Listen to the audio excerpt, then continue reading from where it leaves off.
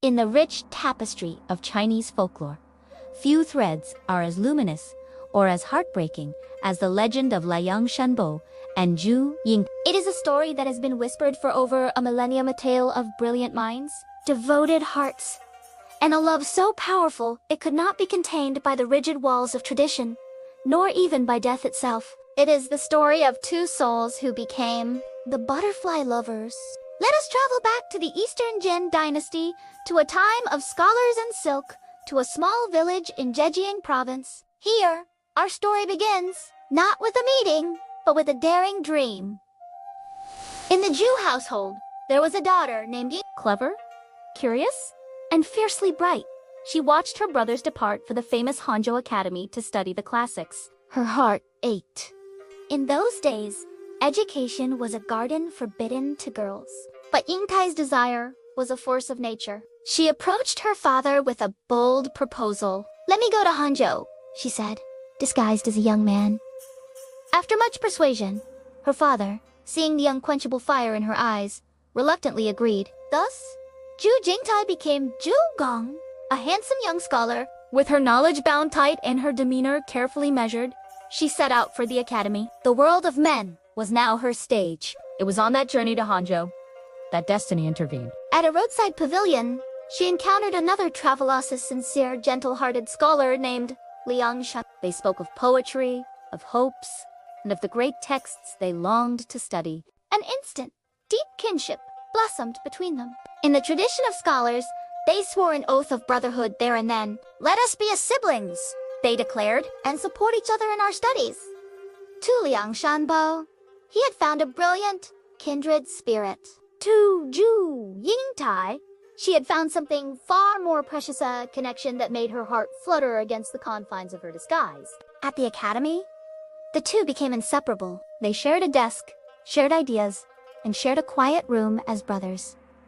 For 3 years, they studied side by side. Liang Shanbo admired his friend's sharp mind and delicate sensitivities. Zhu Jingtai, living in constant, thrilling danger of discovery, fell ever more deeply in love with her sworn brother's honesty, his kindness, his noble soul. She dropped delicate hints, poetic metaphors about paired mandarin ducks, comments about sisters who resembled Himbote. The ever-innocent Liang Shanbo remained oblivious. He saw only his dear younger brother, Zhugang. Then, a letter arrived from home. Yingtai's father, fearing the ruse could not last forever, summoned her back.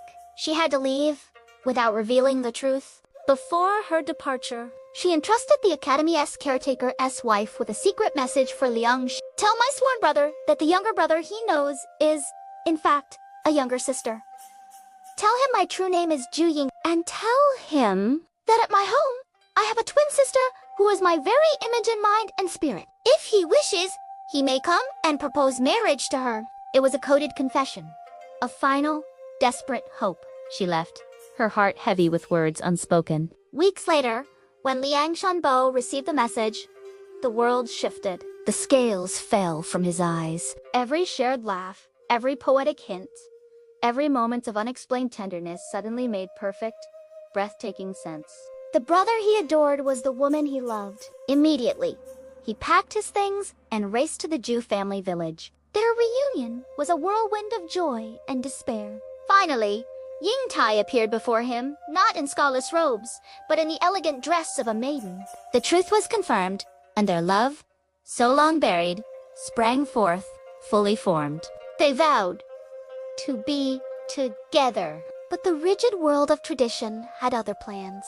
While Liang Shanbo was a scholar, he was from a modest family. Zhu Jingtai's father, however, had already promised his daughter's hand in marriage to a wealthy, influential man from the Ma family, a match that brought status and security. Her father was immovable. A promise was a promise. A daughter's duty was to obey. The love between a poor scholar and his child was a frivolous dream. Heartbroken, Liang Shanbo pleaded to no avail. He returned home, his spirit shattered. The grief and longing consumed him. He fell into a deep sickness, and soon the world lost its light. The gentle scholar Liang Shanbo died of a broken heart. When the news reached Zhu Yingtai, Her world turned to ice. On the day of her forced wedding to Ma Wenkai, she made a terrible request. She asked that her wedding procession pass by Liang Shenbo's grave, so she could pay her final respects. Dressed in brilliant red bridal silks, she descended from the sedan chair before the tombstone. As she knelt to mourn, the heavens trembled. Dark clouds gathered. The wind howled. Thunder cracked the sky. Then, with a sound that split the earth itself, Liang Shanbo's grave opened. Without a moment's hesitation, Zhu Jingtai cast off her red bridal cloak and leaped into the dark fissure, choosing a shared eternity over a lonely life. Before the stunned wedding party could react, the earth closed seamlessly over her. The storm ceased as suddenly as it began. A profound silence fell. Then, from the very spot where the tomb had opened, two exquisite butterflies emerged.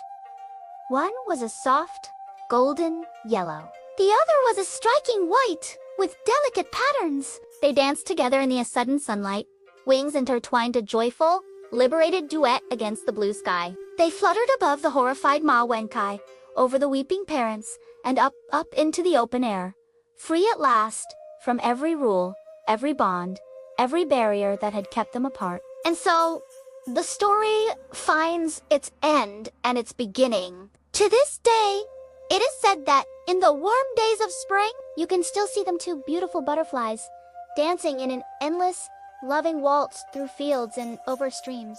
They are a permanent reminder that true kinship of the soul cannot be hidden, that genuine love cannot be bound, and that what is joined in the heart can never truly be parted. Not by society, not by family, and not even by the finality of the grave. They are Liang Shanbo and Zhu Jingtai.